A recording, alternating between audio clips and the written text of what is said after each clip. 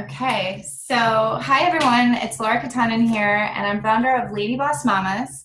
I started this tribe of amazing entrepreneur women who are also moms because when I moved to Los Angeles and I started working with my husband in the startup world, I jumped from corporate and I found myself searching high and low for women that were in the same shoes that I could lean on for support and guidance and all that stuff. So to date, we've interviewed over 35 women, actually closer to 40 now, and I'm really excited about who's with us today. And joining me on this new journey of interviewing women and just the Lady Boss Mama journey in general is Liz, and I'm going to let her introduce herself.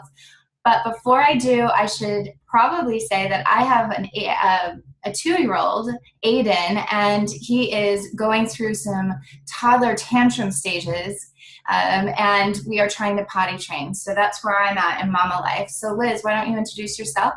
Okay, my name is Liz. I am a serial entrepreneur, got a ton of different businesses, but really focused on helping moms find their business, their journey, success, connect them with the right people. And I love finding women that are just doing it right and are just inspirational. And that's why I'm here. And I'm excited to meet all these amazing women. So, intro to our guest of the day, Kristel. And Laura, I'll let you get started with the questions that we have for Kristel.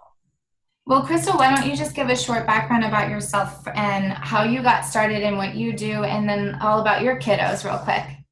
Okay, yeah, so thank you guys for having me. This is my first time meeting you, but Liz, I've been, and it's funny, when we met for the first time, we went to follow each other on Instagram, and I was already following her. So she's been like a boss babe that I've been admiring. So it's an honor to be here with you guys. And so for me, I'm kind of a serial entrepreneur also. I just am a sucker for business. I love just figuring out how to add value to people's lives and how to make money staying home with my kids. And so I am a wife. I have 5 daughters, so all girls over here. And I also have a 2-year-old who we're trying to potty train.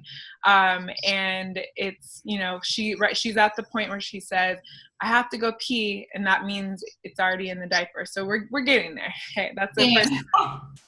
Yeah, so I have 11 down to 7 weeks old. So we're busy over here.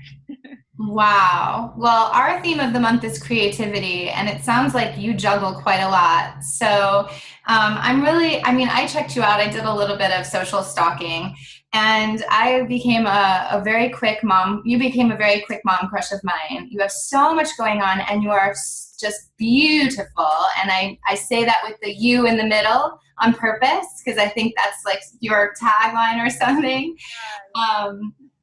But I wanted to know, there's Wife Complex, there's the Fox Project, there was something about Keep the Spark Alive, you blog, you have, we just talked about maybe a podcast coming up. So around 5 kids and being a wife, holy moly, woman, how do you do it? How do you find creative ways to keep the balance? Yeah, well, it's funny hearing you list all those things, because I'm just like, that's where I'm serial. Like, I'm always trying something new. So I think that's part of my creative side is, let me try this, let me try that. And I'm now in my, I guess, professional realm of self-development, learning how to kind of channel things and get more organized so that I can kind of like, what do I want to offer to the world? And so my underlying mission is just to help women have this space where you can be the wife, you can be the mom, you can have a business, but you don't have to lose yourself or hang yourself up and hang up your dreams. And so I guess how I do it is because I'm scratching all the itches that I have.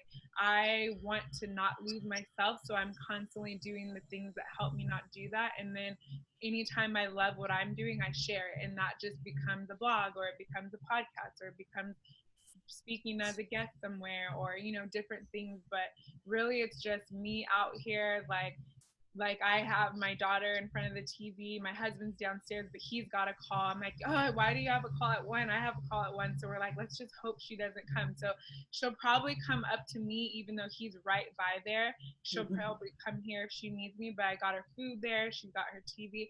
And, you know, some moms would think that's not good. Don't let the TV babysit your child. But that's my way of being creative so that I can, you know, give more to the world. And I love being in this space. It fills my cup. And I spent all morning with her. I'll spend all afternoon with them. So if this is that one, you know, 15-minute period that I get to just like do something I love, then I'm going to get as creative as I can. And I mean, if you can see my setup, I've got my little coffee thing with some books holding my computer.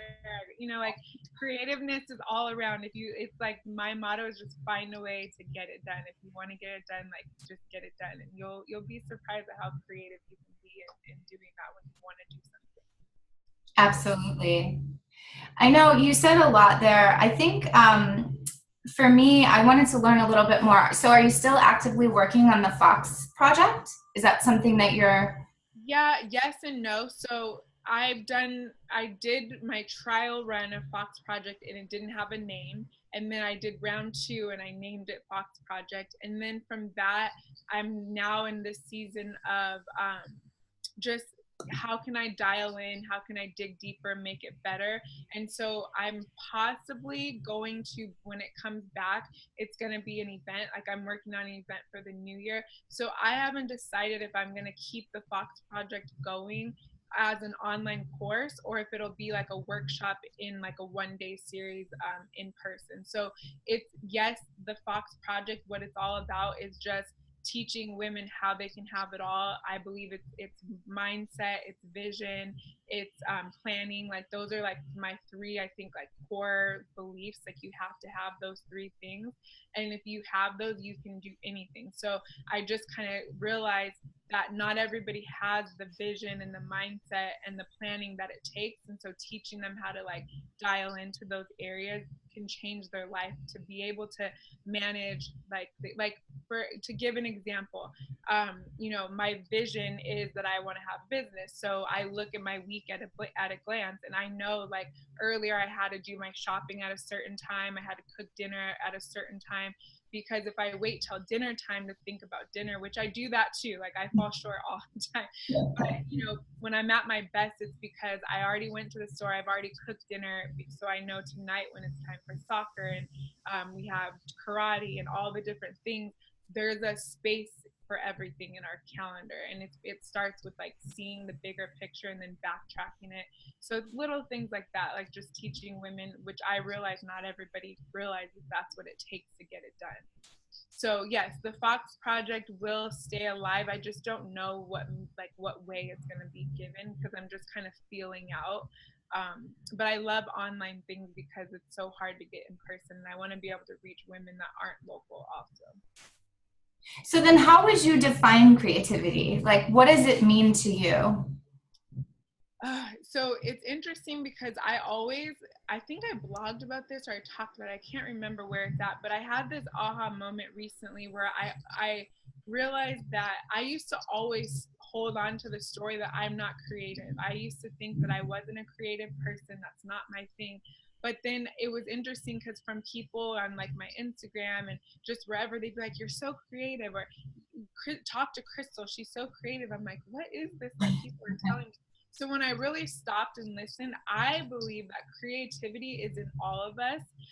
Creativity is how we express ourselves and how we no, you can take it. Sorry.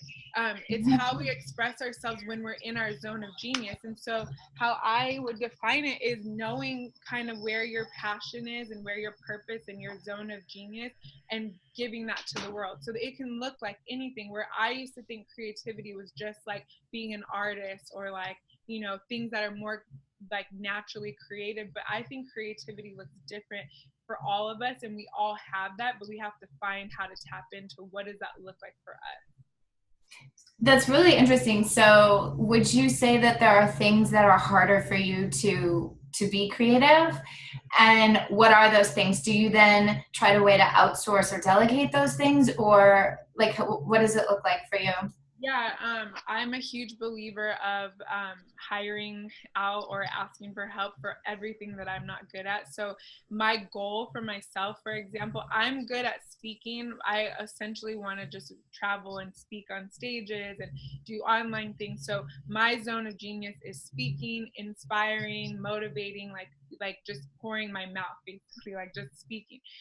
So every other element of my life, I hire help. I have my cleaning lady coming. I would much rather spend my time speaking with you guys than clean my house. So I find ways.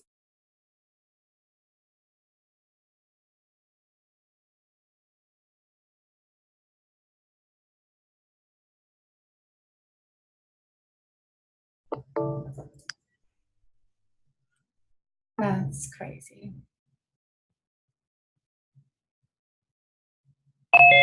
Yeah. Yeah. Hi. Hi. Can you hear me? We can hear you. Yep. There Okay. Oh my goodness. Okay, it's still recording. Okay. Oh, cool. That's Lady Boss Mama life right there for you. So speaking, and then you wanted to do that, and then it went off. So what do you delegate? What do you like to give away because you don't feel you're as creative with it? Yeah, well, if we're talking like in my personal life, it's a lot of like the homemaker things. So like I like to delegate my cooking as much as possible and my cleaning. And what I was saying was like I know that may not seem realistic for many, but that's where I really thrive. I love helping women see like, okay, let's figure out where you can make money. And I think we just automatically hold on to this story that, oh, I don't have money. I'm struggling to pay my bills. How can I hire a cleaning lady? But I think if you learn how to switch your perspective and realize in the hour and a half that you're going to pay someone to do their zone of genius, because they can clean my whole house in like 2 hours, because that's what they do. If I try to clean my whole house, I've got to stop to make snacks. I got to stop to answer my phone call. I got to do all this stuff. It takes me all day. So now I'm taking myself out of my zone of genius. So I like to show women how to delegate areas that you can free up where you're not as good and you take more time. And then if you put that into your business, you can actually generate double what you're paying and then some, right? So things like that. And then if it comes to like my business, my goal is to delegate all the areas like the tech. I have a VA. Like anytime I like you talked about my keep the spark alive, I didn't touch any of the tech side of that. Like I recorded the speaking part, and then my VA did all the cutting and the sending it out and scheduling it. So things like that are delegated because it would take me 5 hours to figure out how to do that versus them just being in their zone of genius, as I said. That's great. I mean, Liz, I want you to jump in, but what I find fascinating that Kristel keeps bringing up is the mindset thing. And we've talked to so many women, and that has been the biggest hurdle towards anything.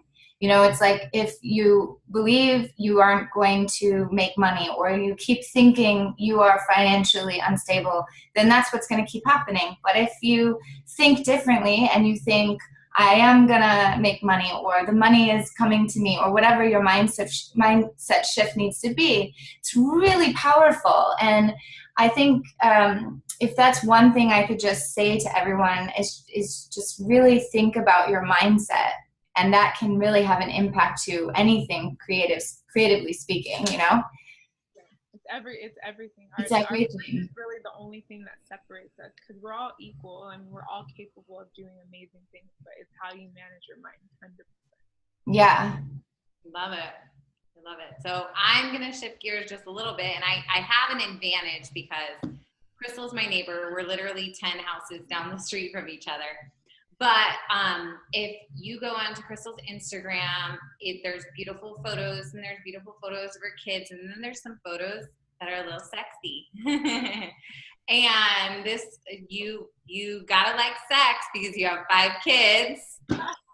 And so being a mom, and they're always around, they're everywhere, and then we're like working during the day, and then at night we're tired.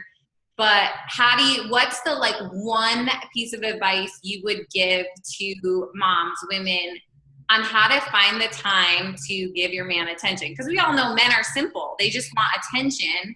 Yeah. And they want some booty, but they want attention too. And so what's that piece of advice you can give for that? So it's interesting, and I'm laughing because I promise you, I've probably said this from my third baby on. I don't know how I got pregnant having sex once a month. Like, that was my joke, right? But there's, if I'm being honest, and I always am very transparent about my sex life, I've had the roller coaster. So like after my third, I completely hated my body, like physically, like it was more like internally, like I felt like nothing feels the same. And so I like blocked out sex and didn't want anything to do with it. And I went through like a year of having to go through healing, physical therapy, mental, all this stuff.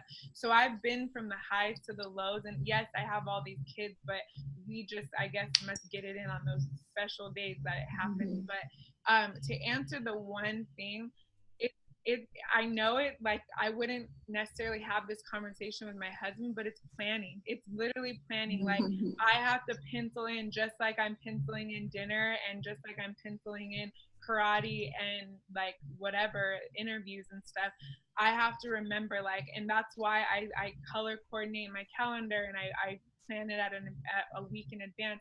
Today, for example, because I plan, I realize, okay, me and my husband are entering a season of traveling. So I made plans tonight. He leaves tomorrow afternoon. So I probably shouldn't have made plans tonight, because tonight would be the night I see him off, right? So like I gotta like do better planning. We'll find the way to fit it in. But now I'm gonna be extra exhausted because I'm gonna have to do it even later and wake him up or whatever, you know, things like that. But it's literally a planning thing. And I know it's like I've heard both sides, because you want it to be spontaneous. But the reality is the way that our lives are set up, it's just not like that anymore. Like we look back at our past and we kind of reminisce on the days where like we eat, like we literally would eat, sleep, and have sex. Like that was our life. Now we have kids around, so we can't do it during certain hours, and then we're tired at the hours we can do it. And it's just like we're all, I would say, probably in the same struggle. I don't think there's an answer of like, you know, do this or take that and you're gonna be like 100% ready. And when I hear women say they're horny, I'm like, how? Like, tell me how. You know, so I'm looking for the answers too. But I also know how important it is. So really, for me, the secret is just making sure I don't forget. I know, I'll just leave it on this note. I got advice from both my grandma and this old couple that was at our what's it called, like the rehearsal dinner, and we went around to all married couples and asked what their secret was. And my grandma's secret was just roll over and give it to him even when you're tired. And I was like, everyone's like, oh my gosh, grandma. But so many ways now that I'm like 30, in my 30s, and like been married for almost 10 years, and we have all these kids. She had 5 kids also. I realized what she meant by that, because there's more times than not that I don't feel like it, and I would much rather go to sleep.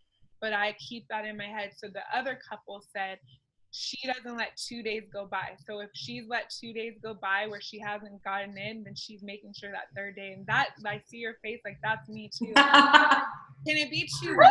Don't let 2 weeks go by. But I'm like, man, how these ladies are right, but I like, it's crazy to think about every 2 days.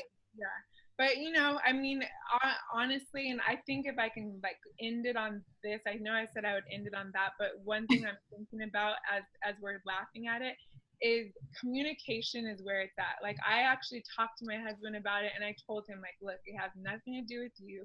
It's just that my brain, like women are very mental, right? So I've had experiences where I'm in the middle of it and I'm like, did you I'm like asking him part of the to-do list. I'm like, oh my gosh, you know, things like that. Or I'm in the act and I'm like, don't forget to ask him this as soon as we're done. Like literally that's how my brain works. So I had to just tell him like, look, I'm mental.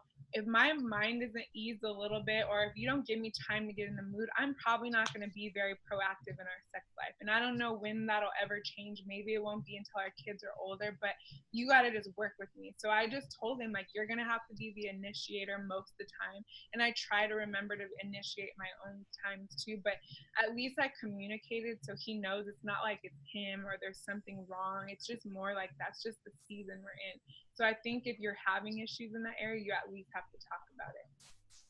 Yeah, that's a good little intro to this freebie that Laura and I came up with. Oh, do we have someone joining us? No, it was just Maggie's telling me she's here. So we're Oh, cool. So a little intro to this freebie that Laura and I came up with. This is like a 30-day calendar. Some of the stuff is it's just like keeping the spark, romance alive. Some of it's fun, like one I came up with because I, used to do this. Like we owe a trip to go there, but we went to like the lingerie sex store together before, and and some of it's super simple. Like men are simple, they want attention, like they want the attention like how the kids get. So I get it. And so if you guys want to check out our freebie, it's listed on Laura's site. So that's just a good little intro to Kristel's advice. Yeah. So, Kristel, what would be one question you would want to ask us about creativity? Yeah, well, I looked at your page as well, and like I told you, I'm a huge fan of Liz for a long time, and so I guess my question with creativity would be just where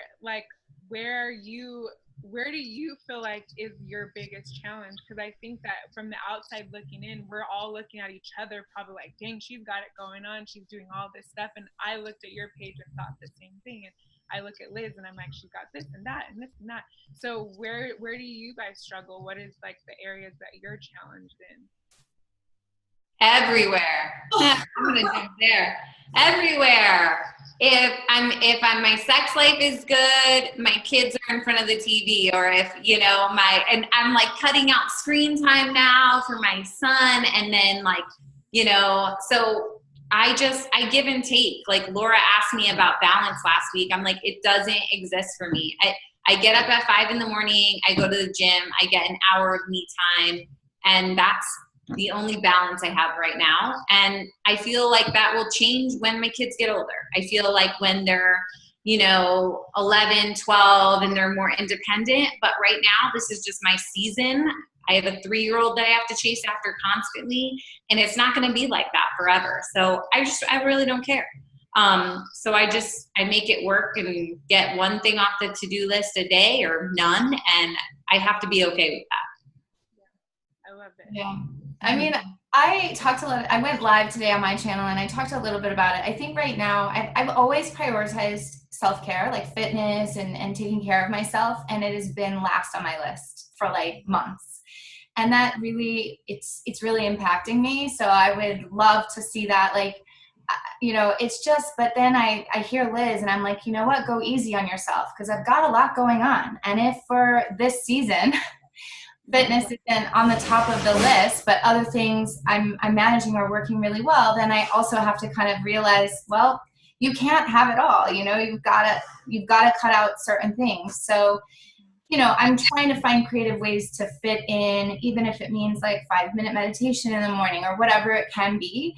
But, when pre-child, I was running every day for an hour. That's not happening. So you just have to shift, and it goes back to mindset, but I think that the self-care is probably, and I think a lot of the times because it's my first, and even though he's 2, I think with any moms out there that, have your first, it's a big shift to your schedule, to what, what you're used to what you get to do on your own. So I think I'm still sort of working through all of that.